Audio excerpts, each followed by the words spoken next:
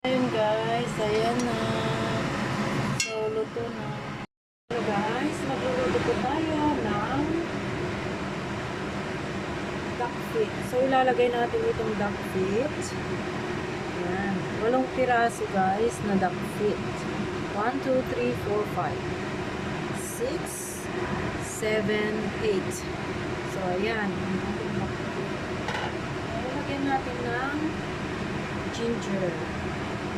Ito ang garlic. Ayan, garlic po yan. At syempre, lalagyan na natin ng pepper. So, ngayon, ilalagay natin itong rock sugar. So, lagyan natin ng konting tubig.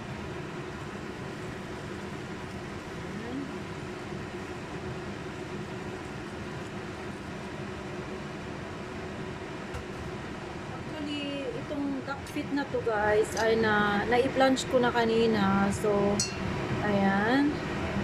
Malinis na. Tapos, lagyan na natin itong red bean curd. Preserved red bean curd.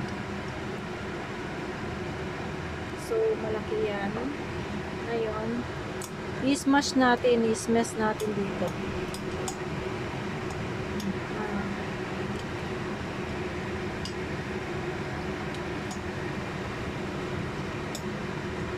Natin.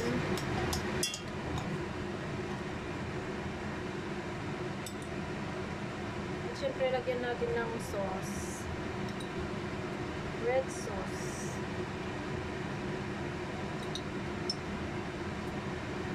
Ayan.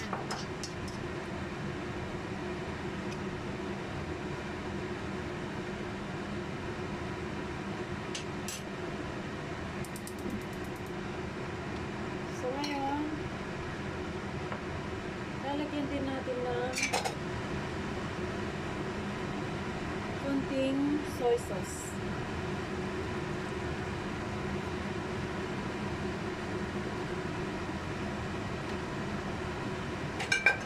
So, ngayon, takpan natin. At syempre, papakuluan natin yan hanggang sa lumambot ang karne. Ay, ang duck feet. So, dagdagan natin yung tubig. Ayan, dagdagan natin para hindi na tayo magdagdag mamaya. So, ayan na. I-close natin. Ayan. So, pakukuluan natin or hayaan natin siyang maging malambot ang duck feet. Ayan, guys.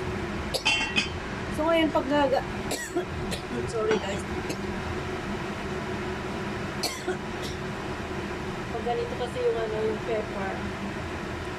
Pag naamoy ko kasi yung pepper, nagkaganyan ako. Nauubo ako. So ngayon pag ganyan na yung texture or yung pagpapakulo, yung kumukulo na siya. So ngayon ilalagay natin sa low fire na. Ayan. Low fire. But if you are not yet subscribed to my channel guys, please like and subscribe kay Pax Kitchen kasi dito sa aking channel guys, marami kayong matutunang simpleng luto, simpleng ulam, at syempre Chinese and Filipino dish. So ayan na. So mamaya titingnan natin mamaya guys kung ano yung outcome.